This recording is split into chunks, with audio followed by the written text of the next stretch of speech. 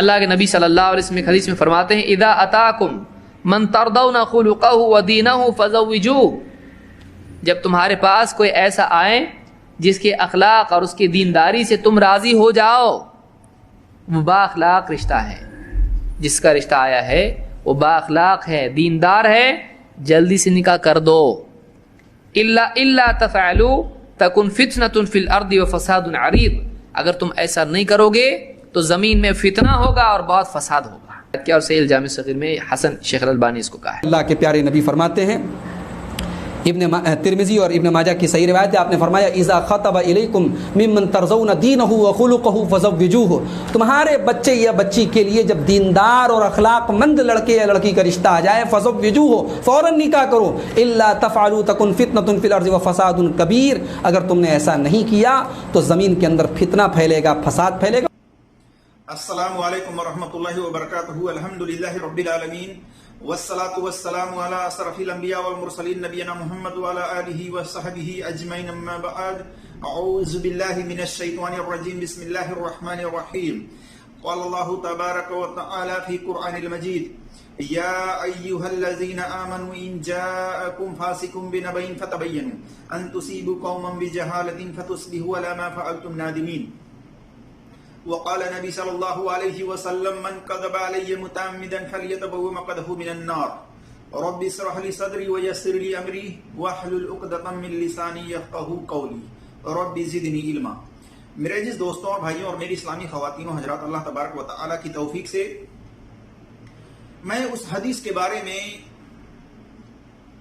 مختصر طور پر جانچ پڑتال کے ساتھ یہ بتانا چاہوں گا کہ کیا اس حدیث کی سند اصول حدیث اسماء الرجال کے میزان پر صحیح ہے یا صحیح نہیں ہے، جس کو ابھی ابھی آپ نے اس ویڈیو کے اندر شیخ ابو زید ضمیر صاحب سے اور عبد الغفار سلفی صاحب سے آپ نے سنا ہے۔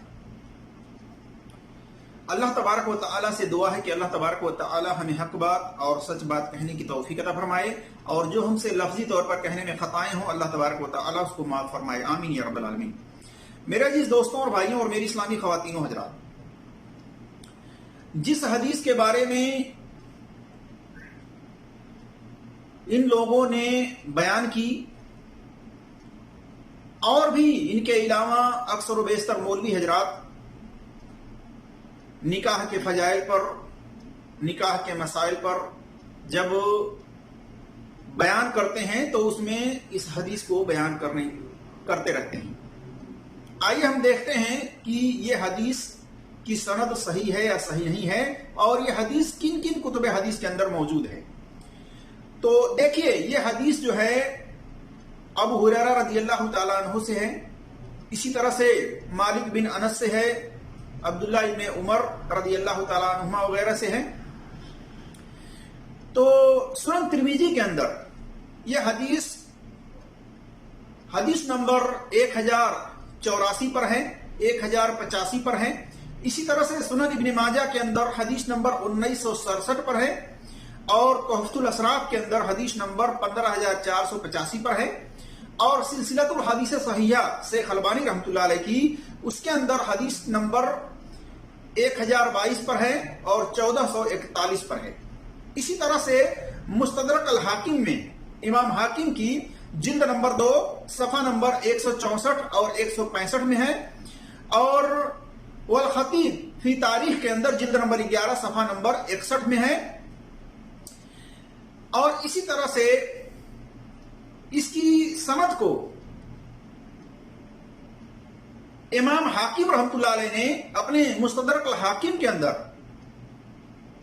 جلد نمبر 2 صفحہ نمبر 164 اور 165 میں اس کی سند کو کہا کہ صحیح الاسناد، کہ اس کی سند صحیح ہے۔ اسی طرح سے شیخ البانی رحمۃ اللہ علیہ نے اس کی سند کو کہا کہ اس کی سند حسن ہے انشاءاللہ۔ سلسلۃ الحدیث صحیحہ کے اندر حدیث نمبر 1022 اور 1441 میں، اسی طرح سے ارواء الگلیل کے اندر حدیث نمبر 1868 میں،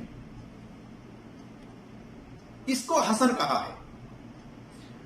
لیکن ان لوگوں کا اس حدیث کو حسن کہنا، صحیح الاسناد کہنا، اصول حدیث اسماء الرجال کے میزان پر صحیح نہیں ہے.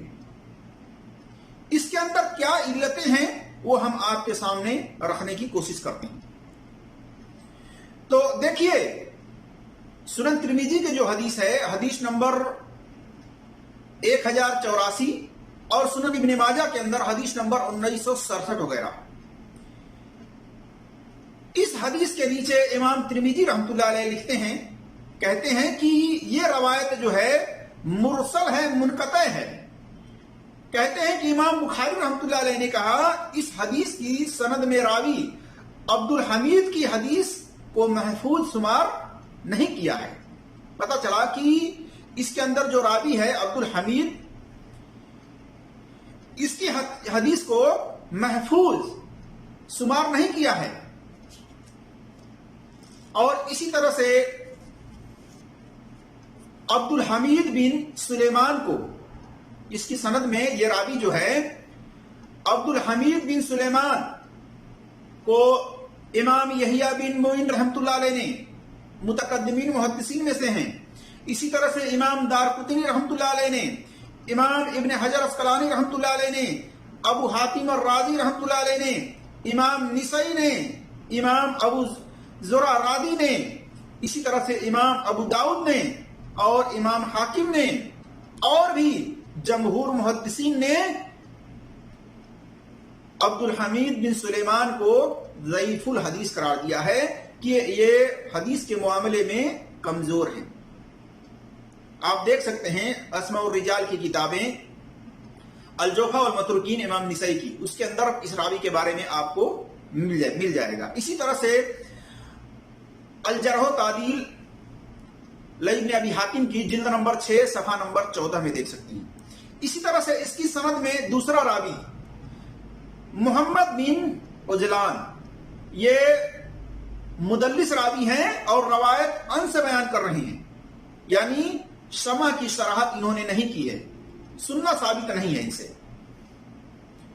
اسی طرح سے ایک راوی وسیمۃ البصری کے بارے میں کہا جاتا ہے کہ یہ مجہول راوی ہیں. آپ دیکھ سکتے ہیں تلخیص امام ذہبی کی حدیث نمبر 2695 میں. اسی طرح سے محمد بن عبداللہ ابن المہاجر کو ابن القطان نے مجہول قرار دیا ہے. اور اس کے علاوہ ایک سند ابو حاتم مزنی رضی اللہ تعالیٰ عنہ کے تعلق سے ہے، وہ بیان کیے ہیں، جیسا کہ سنن ترمذی کے اندر حدیث نمبر 1085 پر دیکھ سکتے ہیں.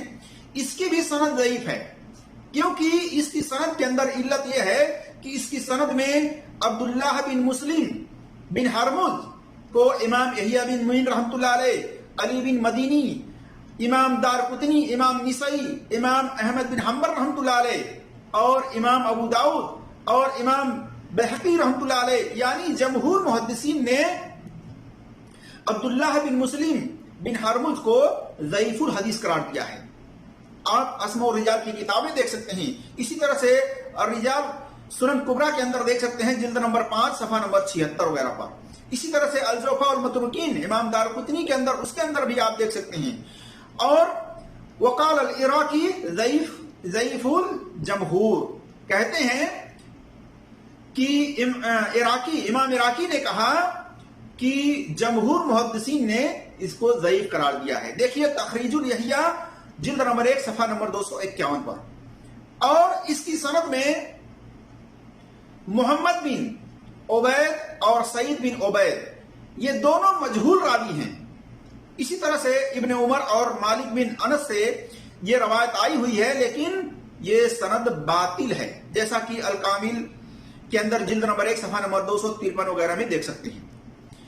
تو میرے عزیز دوستوں اور بھائیوں اور میری اسلامی خواتین و حضرات، یہ جو مولوی حضرات جو یہ حدیث بیان کرتے ہیں کہ جس کے اخلاق، جس کی دینداری تمہیں پسند ہو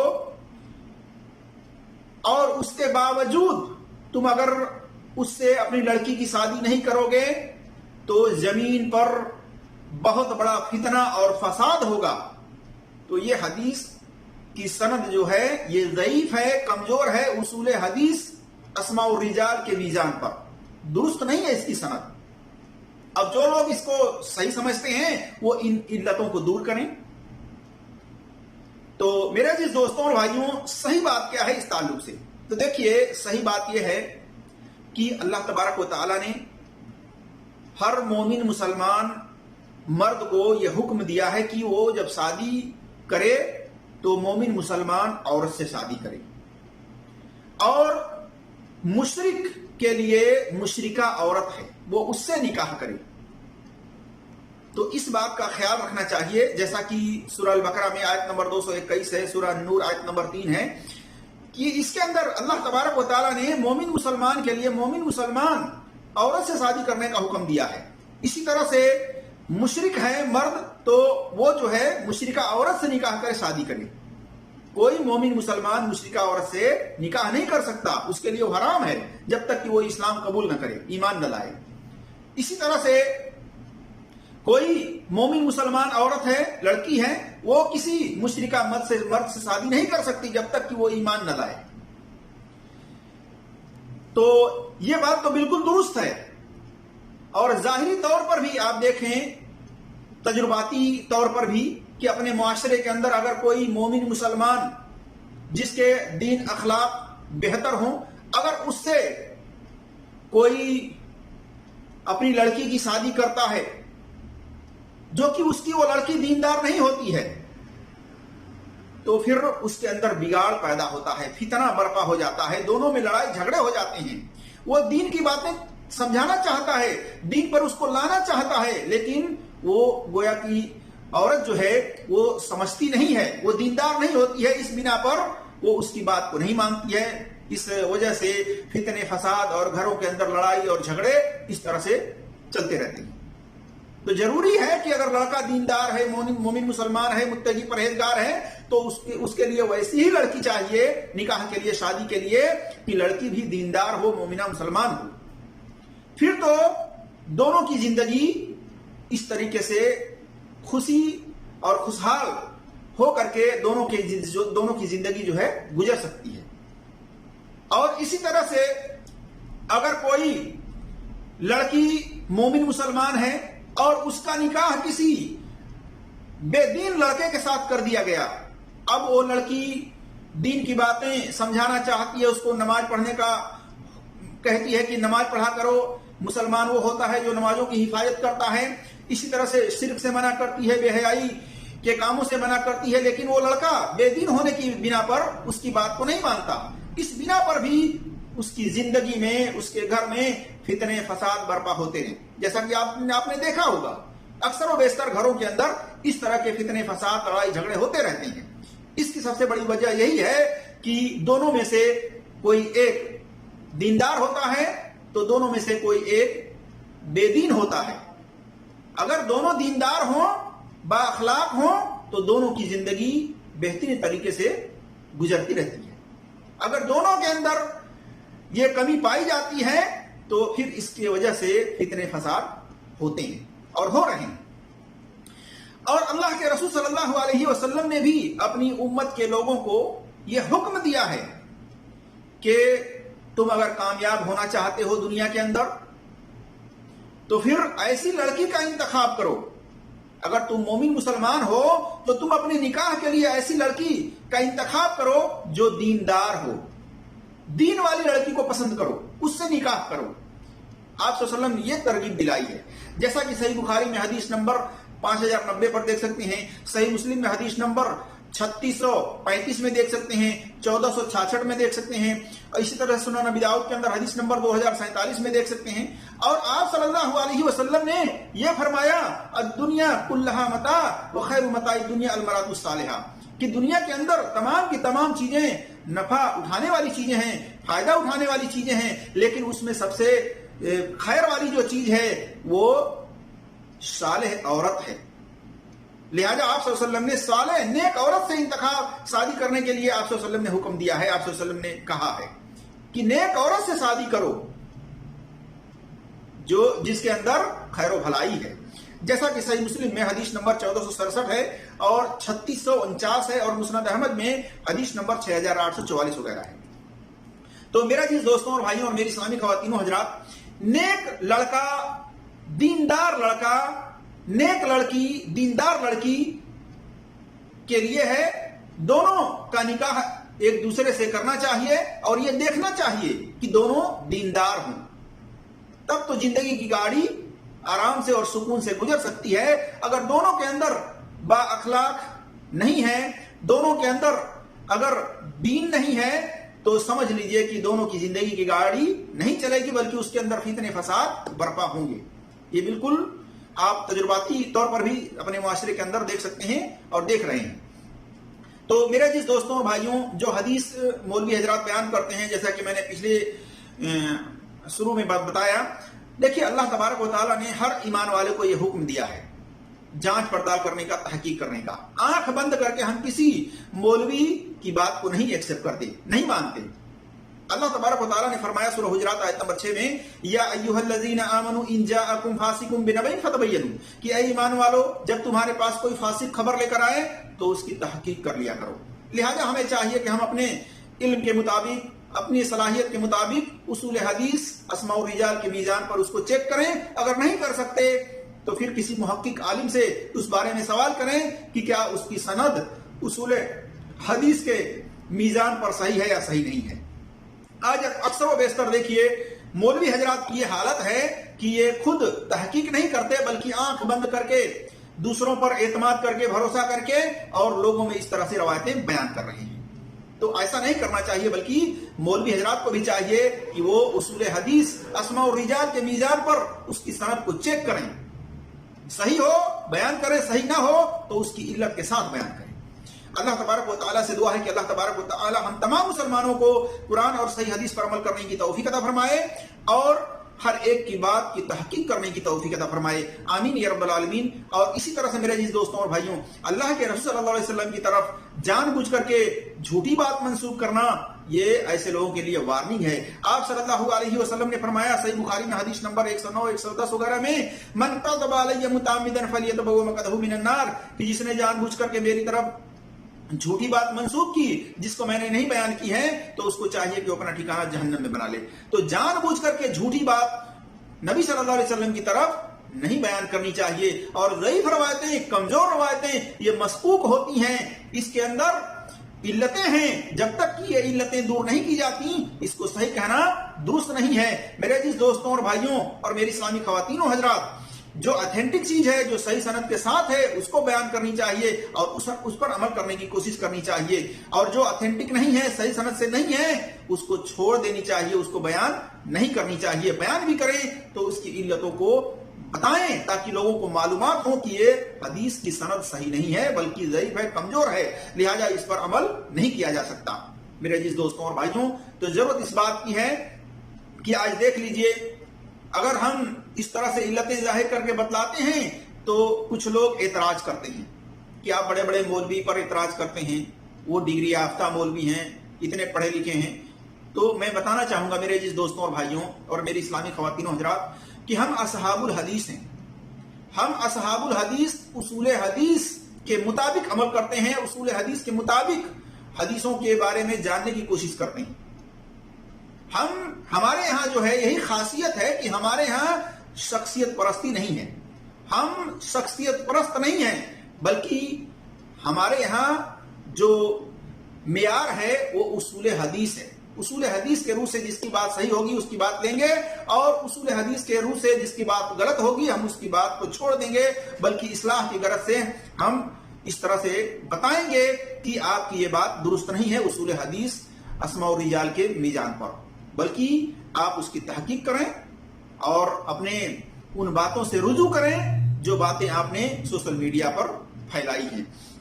تو میرے جس دوستوں اور بھائیوں، یہ تمام باتیں ہیں، اللہ تبارک و تعالی ہم تمام لوگوں کو تحقیق کرنے کی توفیق عطا فرمائے، آمین یا رب العالمین۔ السلام علیکم ورحمۃ اللہ وبرکاتہ۔